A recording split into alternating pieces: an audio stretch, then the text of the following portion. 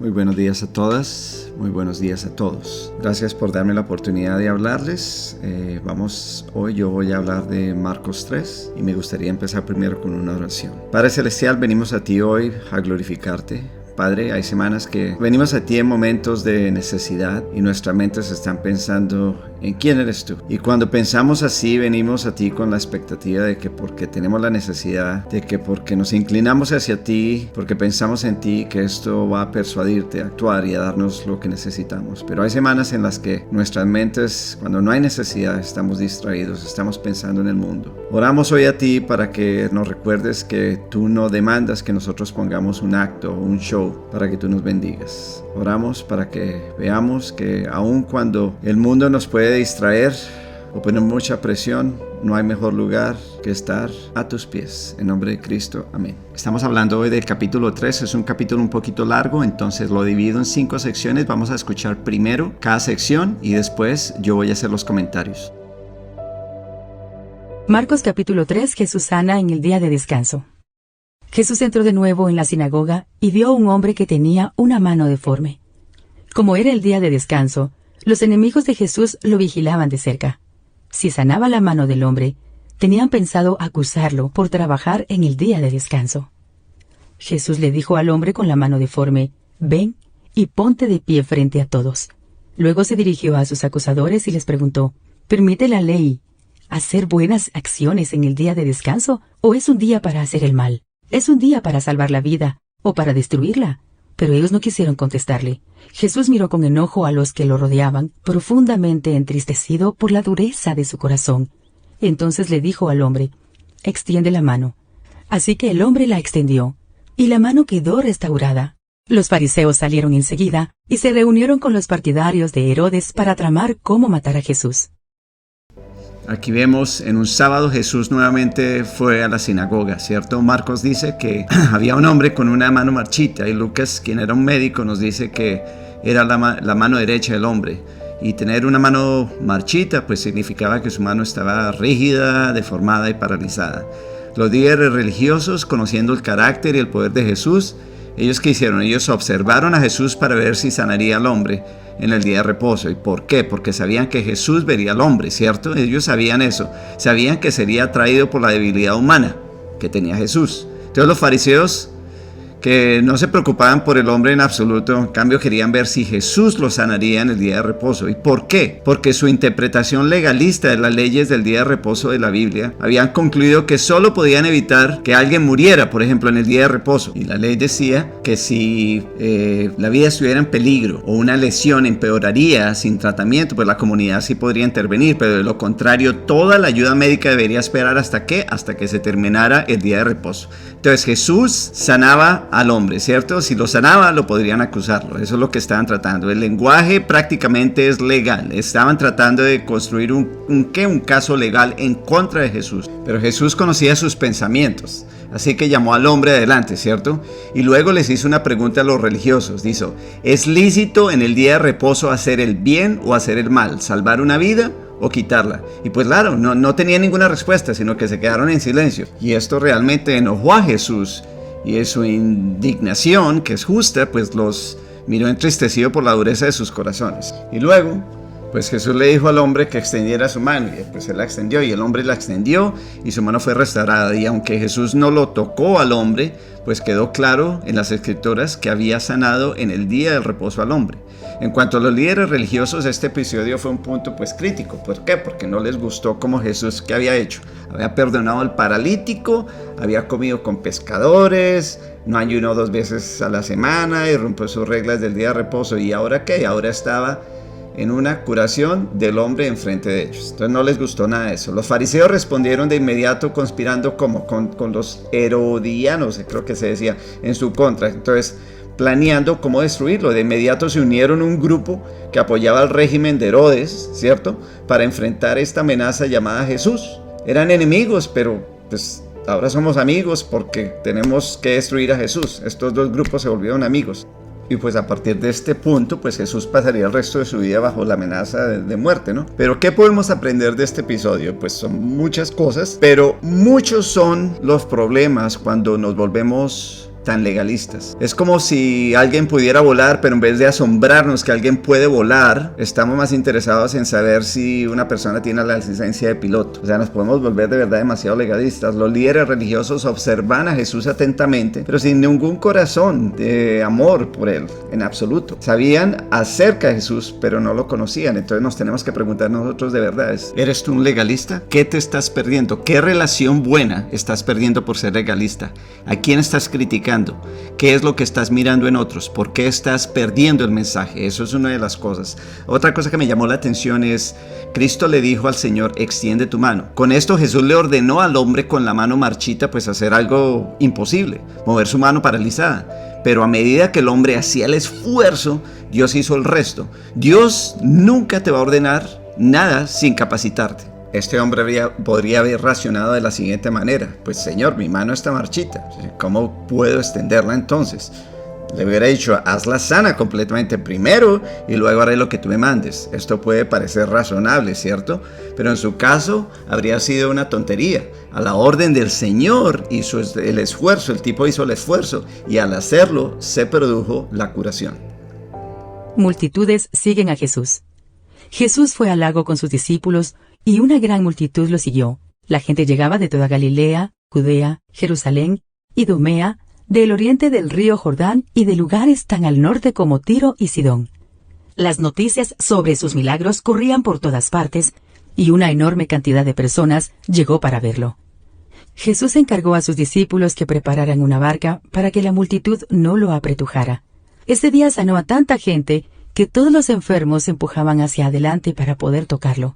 Y cuando los que estaban poseídos por espíritus malignos lo veían, los espíritus los arrojaban al suelo frente a él y gritaban, «Tú eres el Hijo de Dios». Pero Jesús ordenó severamente a los espíritus que no revelaran quién era él. Vemos cómo las multitudes acudieron a Jesús cerca del mar de Galilea, ¿cierto? De lugares pues súper distantes. Mas, sin embargo, parece que esta multitud fue atraída a Jesús más por sus obras milagrosas que por su mensaje, ¿cierto? Es maravilloso que nos sintamos atraídos por Jesús, pero si nuestro enfoque está en lo que Él puede hacer por nosotros, en lugar de ver quién es Él, de conocerle, de establecer una relación, pues así no lo vamos a seguir durante mucho tiempo. Y eso fue exactamente lo que pasó y eso es lo que pasa hoy en día. Aquí también vemos que cuando los que estaban poseídos lo veían, caían ante Él y clamaban diciendo, tú eres el Hijo de Dios. Y los demonios se dirigieron a Jesús como el divino Hijo de Dios. Y yo me atrevería a decir esto, a preguntarte esto: ¿cuál es tu espíritu inmundo? Porque yo creo que todos tenemos al menos un espíritu o dos o qué sé más que ocupan nuestros cuerpos, mentes o espíritus. Y hoy te invito a identificar un espíritu inmundo del cual deseas ser liberado o liberada. ¿Cuál sanación es la que anhelas? Y te invito a que vea a donde Jesús y siéntate con Él por un tiempo. Habla con Él acerca de tu espíritu inmundo. Pídele a Jesús que expulse tu espíritu inmundo y que te haga completa nuevamente. Luego, de pronto siéntate en silencio por unos minutos. Confía en que Jesús limpiará tu mente y tu cuerpo de esos espíritus. Si sientes que está regresando, siéntate en silencio nuevamente y pídele a Jesús que te limpie una vez más. Con el tiempo, yo pienso, que los espíritus te abandonarán y experimentarás esa paz que experimentaron esas personas que también fueron liberadas. Confía en que Jesús desea sanarte. Confía en que Él te va a sanar. Jesús escoge a los 12 apóstoles. Tiempo después Jesús subió a un monte y llamó a los que quería que le acompañaran. Todos ellos se acercaron a él. Luego nombró a 12 de ellos y los llamó sus apóstoles. Ellos lo acompañarían y él los enviaría a predicar y les daría autoridad para expulsar demonios. Estos son los 12 que escogió: Simón, a quien llamó Pedro; Santiago y Juan, los hijos de Zebedeo, a quienes Jesús apodó hijos del trueno; Andrés, Felipe, Bartolomé, Mateo, Tomás, Santiago, hijo de Alfeo, Tadeo, Simón el celote, Judas Iscariote, quien después lo traicionó. En este momento Jesús estaba en un punto crítico del ministerio.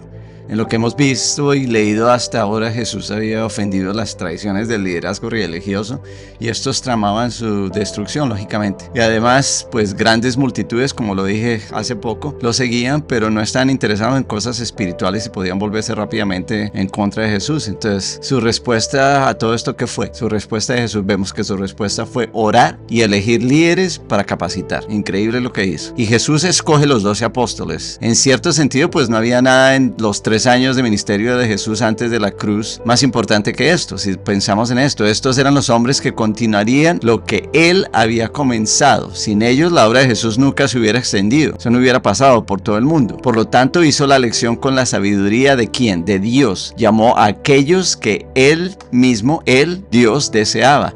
Y los llamó. ¿Y quién era un discípulo? Pues era un estudiante, pero no en el sentido del salón, del aula o de una conferencia. Un discípulo aprendía al estar con su maestro y escuchar de él, al estar, al pasar tiempo con él. Un discípulo era un aprendiz y aprendía directamente del maestro. Luego nombró a 12 para que estuvieran con él. Él los eligió, él propio los eligió dentro de su círculo más amplio de seguidores y los eligió para que estuvieran con él. Y pensemos, el primer trabajo de los discípulos que fue, era simplemente ¿qué? Estar con Dios, estar con Jesús, perdón. Ese era el trabajo de ellos, aprender al estar cerca de quién, de él. Luego, en un sentido secundario, los eligió para enviarlos a predicar, lógicamente. Y es que un predicador solo sería útil para Jesús en la medida en que haya pues estado con quién, con él. ¿Cierto? Es útil si me conoce, si ha pasado tiempo conmigo. Poco se hace por el bien eterno de aquellos que predican sin tener una relación real y personal con Jesucristo. Realmente, pues, no hay beneficio. Cuando alguien ha estado con Jesús y es enviado a servirlo, puede esperar que Jesús le dé ¿qué? El poder para servirlo, incluido el poder para hacer de pronto obras milagrosas, de pronto sanar enfermedades, expulsar demonios, yo qué sé, en su medio, ¿cierto? Entonces, de esto que aprendemos, aprendamos a ser discípulos, aprendamos a estar con el maestro y aprendamos a escucharle. Jesús y el príncipe de los demonios. Cierta vez Jesús entró en una casa y las multitudes empezaron a juntarse nuevamente. Pronto ni él ni sus discípulos encontraron un momento para comer. Cuando sus familiares oyeron lo que sucedía, intentaron llevárselo. Está fuera de sí, decían. Pero los maestros de la ley religiosa que habían llegado de Jerusalén decían, está poseído por Satanás, el príncipe de los demonios. De él recibe el poder para expulsar los demonios. Jesús los llamó para que se acercaran y respondió con una ilustración. ¿Cómo puede Satanás expulsar a Satanás? Preguntó. Un reino dividido por una guerra civil acabará destruido. De la misma manera, una familia dividida por peleas se desintegrará. Si Satanás está dividido y pelea contra sí mismo, ¿cómo podrá mantenerse en pie? Nunca sobreviviría. Permítanme darles otra ilustración. ¿Quién tiene suficiente poder para entrar en la casa de un hombre fuerte y saquear sus bienes? Solo alguien aún más fuerte, alguien que pudiera atarlo y después saquear su casa. Les digo la verdad. Cualquier pecado y blasfemia pueden ser perdonados, pero todo el que blasfeme contra el Espíritu Santo jamás será perdonado. Este es un pecado que acarrea consecuencias eternas. Les dijo esto porque ellos decían, está poseído por un espíritu maligno. Me aterra definitivamente la sabiduría de Cristo. Entonces él les pregunta, ¿cómo puede Satanás echar fuera a Satanás? Pues con esto Jesús mostró que si él fuera un agente de Satanás y estuviera trabajando contra Satanás, entonces seguramente el reino de Satanás estaría en una guerra civil y no subsistiría. Jesús dijo esto para mostrar que Satanás no trabajaría en contra de sí mismo, lógico. También Jesús utiliza el ejemplo de que nadie puede entrar en la casa de un hombre fuerte y saquear sus bienes, y con esto Jesús respondió a la acusación de que estaba en connivencia con el diablo. Él dijo, no estoy bajo el dominio de Satanás, más bien estoy demostrando que soy más fuerte que él. Jesús también dijo, a menos que el primero ate al hombre fuerte. En esta parábola, pues Satanás es el hombre fuerte, ¿cierto? Que guarda lo que le pertenece. El ministerio de Jesús estaba derrotando a este hombre fuerte, a Satanás, tanto en el caso de expulsar al demonio del hombre mudo. También Jesús dijo, entonces saqueará su casa. Pues Jesús miró cada vida liberada del dominio de Satanás y dijo, estoy saqueando el reino de Satanás en una vida a la vez, ¿cierto? No hay nada en nuestra vida que deba pertenecer definitivamente bajo el dominio de Satanás. Recordemos que aquel que ata al hombre fuerte y saqueara su casa es quién es nuestro Señor resucitado, es el que va a saquear, el que va a sacar, el que va a derrotar al hombre fuerte. Jesús advierte a los líderes religiosos sobre el pecado imperdonable también en esto. El que blasfeme contra el Espíritu Santo nunca tiene perdón. Esta blasfemia contra el Espíritu Santo es realmente seria, ¿cierto? Ahí vemos que es muy seria. La persona culpable de este pecado está sujeta a un juicio que eterno, por siempre. En otros evangelios, como el de Lucas, estos pecados se describen como pecados que imperdonables. ¿Y por qué decían? Tiene un espíritu inmundo. ¿Por qué decían esta gente? Tiene Jesús un espíritu inmundo. Pues estos líderes religiosos estaban en peligro de cometer la blasfemia del Espíritu Santo porque miraban la obra perfectamente buena y maravillosa de Dios en Jesús y oficialmente la declararon como ¿qué? Como el mal de Satanás. Se le atribuyeron las fuerzas, todo lo que hacía Jesús, a Satanás. Esto apuntaba a un rechazo arraigado en el corazón, porque la evidencia era pues purita, ¿no? Estaba clarita. Y esto era contra Jesús y una posible evidencia de blasfemia del Espíritu Santo.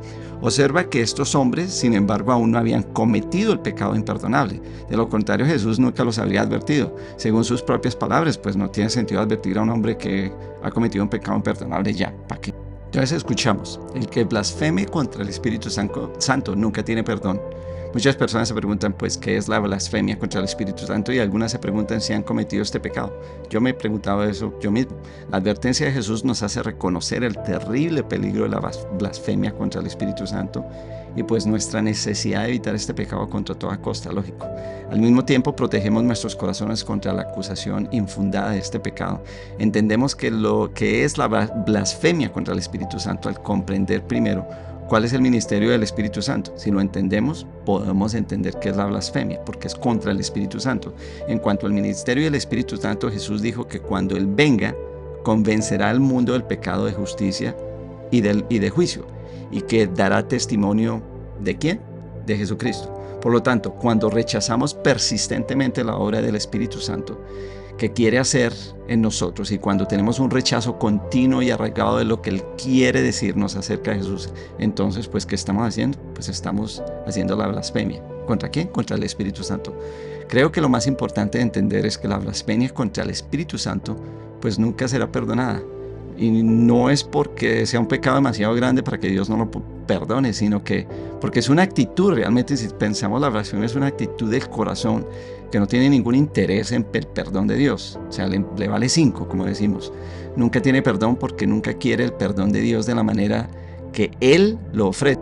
Pensemos en esto. Yo creo que estas palabras nunca fueron destinadas a realmente atormentar a las almas, a las personas ansiosas que desean realmente, honestamente conocer a Cristo, sino que estas palabras son más como un faro brillante que advierte del peligro de persistir en el rechazo del testimonio del Espíritu sobre Cristo.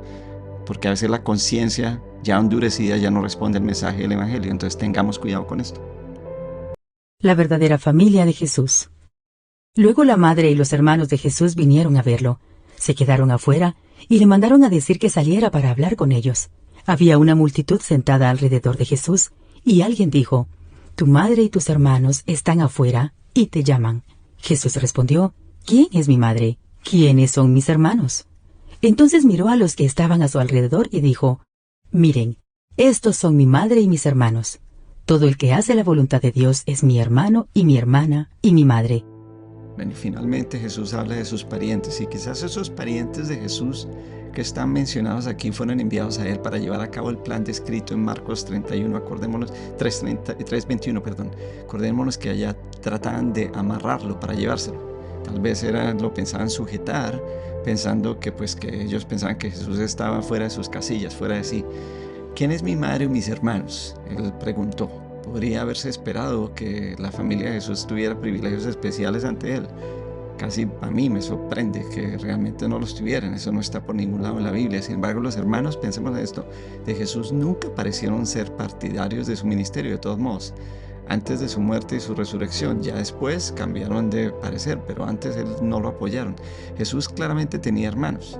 Esa idea de la virginidad perpetua de María pues está un poquito en contradicción con el significado claro que presenta la Biblia. El que haga la voluntad de Dios es mi hermano, dijo Cristo, mi hermana y mi madre. Entonces finalizo esto y le doy gracias a ustedes por escucharme, pero esto al final lo que se nos está indicando es que Jesús tiene una invitación para que seamos parte de su familia. Y esto lo digo en nombre de Cristo. Amén.